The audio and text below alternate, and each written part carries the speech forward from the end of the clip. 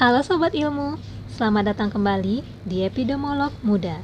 Pada video kali ini, kita akan membahas mengenai apa itu epidemiologi. Tetapi sebelum kita masuk ke video lebih lanjut, silakan di-subscribe channel ini dan nyalakan lonceng notifikasinya, supaya Sobat Ilmu semua tidak ketinggalan dengan video-video di channel ini. So, selamat menyaksikan.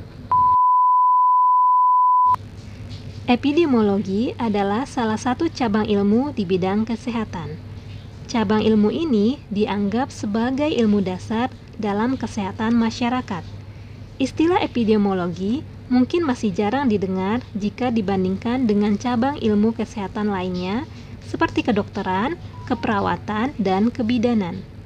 Masih banyak yang belum memahami apa itu epidemiologi dan cabang ilmu seperti apa epidemiologi itu. Tetapi, sejak pandemi corona, istilah ini sudah mulai akrab terdengar di telinga dan diketahui oleh banyak orang.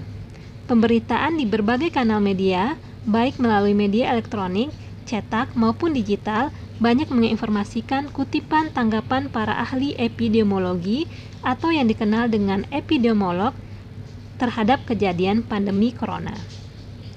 Di televisi, radio, dan channel YouTube, para ahli epidemiologi sering diminta sebagai narasumber untuk memberikan pandangan dan alternatif solusi terkait dengan pandemi corona yang terjadi di Indonesia. Para epidemiolog kerap diminta untuk melakukan analisis dan kajian guna memberikan masukan dan solusi untuk mengatasi pandemi. Analisis dan kajian epidemiologi para epidemiolog ini digunakan sebagai dasar penetapan kebijakan pencegahan dan pengendalian pandemi. Sejarah singkat epidemiologi. Cabang ilmu epidemiologi sebenarnya sudah ada sejak lama, walau secara konsep belum terangkum secara resmi dalam sebuah cabang disiplin ilmu yang tersistematis. Epidemiologi sebagai cabang disiplin ilmu baru berkembang sejak beberapa puluh tahun terakhir. Tetapi, konsep kerja dan pola pemikiran epidemiologi sudah diaplikasikan oleh manusia sejak dahulu kala, bahkan sejak zaman sebelum Masehi, semenjak manusia mengenal penyakit menular. Pada saat itu, penyebab penyakit dianggap berasal dari kekuatan gaib. Walaupun demikian, tetap ada usaha yang dilakukan masyarakat pada saat itu untuk melawan penyakit tersebut. Contohnya, pada 1000 tahun sebelum Masehi, di Cina dan di India sudah dikenal metode variolasi untuk melawan penyakit variola atau cacar. Kemudian, orang-orang India pada zaman itu sudah mengenal bahwa penyakit pes erat hubungannya dengan tikus, dan penyakit kusta erat hubungannya dengan kepadatan penduduk. Konsep-konsep sederhana yang muncul dari pemikiran orang-orang terdahulu ini yang berkaitan dengan penyakit, penyebab, faktor-faktor yang mempengaruhi terjadinya penyakit, dan upaya pengendalian penyakit menjadi cikal bakal lahirnya ilmu epidemiologi dan terus berkembang sampai sekarang. Pengertian epidemiologi. Epidemiologi secara harfiah berasal dari bahasa Yunani, yaitu epi yang berarti pada, demos berarti masyarakat, dan logos yang berarti ilmu.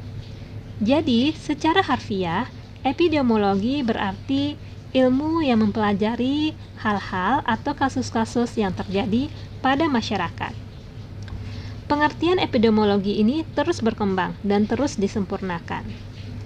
Pengertian epidemiologi secara utuh yaitu ilmu yang mempelajari tentang frekuensi dan distribusi penyakit atau masalah kesehatan pada sekelompok orang atau masyarakat serta faktor-faktor yang mempengaruhinya. Tujuan epidemiologi.